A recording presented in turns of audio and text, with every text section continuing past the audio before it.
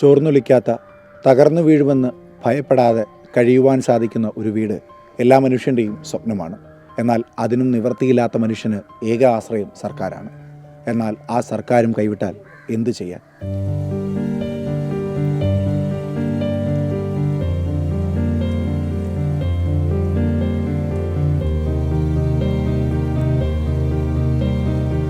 പത്ത് 11 വർഷം പോലെയായി ഞാൻ ഇതിൽ കിടന്നിട്ട്. ഓല പോലും കെട്ടാൻ കഴിയാതെ പ്ലാസ്റ്റിക്കാണ് വലിച്ചു കിട്ടിയിരിക്കുന്നത്.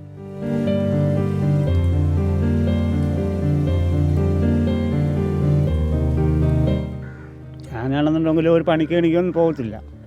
എൻ്റെ ഭാര്യ ഒരു തലയ്ക്ക് സുഖമില്ലാത്ത ആളാണ്. വീട്ടിലെ ജീവിതമെന്ന് വെച്ചാൽ അവൾ വല്ല ചിമട എന്തെങ്കിലും എടുക്കാൻ പോയിട്ടാണ് അല്ലെ 10-200 രൂപ കിട്ടി ഞങ്ങൾ കളിയുന്നു. ഇന്ന് വരെ അങ്ങനെയാണ്.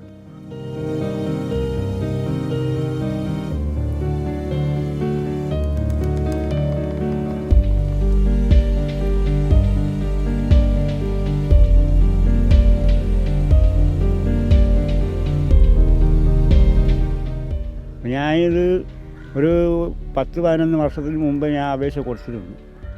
എനിക്ക് ഈ ഇതിൽ പേരും ഉണ്ടായിരുന്നു. എനിക്ക് വീട് അനുഭവിച്ചതായിട്ട് പേരും ഉണ്ടായിരുന്നിട്ടും പോലും നമുക്കൊരു ഒരു ചെറിയൊരു വീട് വച്ചു തരാൻ അവരെ കൊണ്ട് പറ്റുന്നു.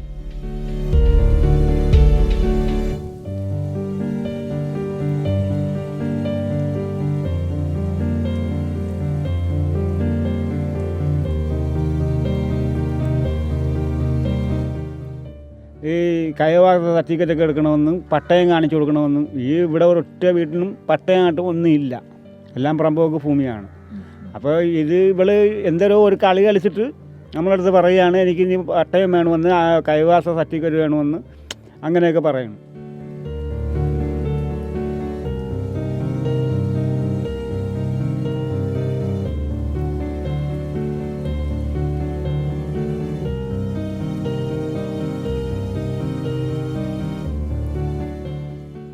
കക്കൂസോ ഒരു കുളിമുറിയോ ഒന്നുമില്ല.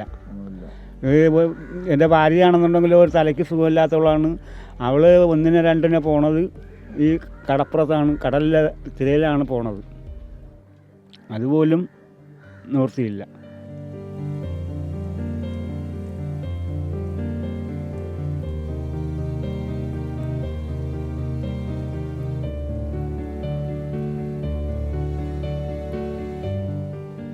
നിങ്ങൾക്ക് തന്നെ നേരിട്ട് കണ്ട് ബോധ്യപ്പെടുന്ന ഒന്ന് തന്നെയാണ് ഈ വീടിൻ്റെ അവസ്ഥ.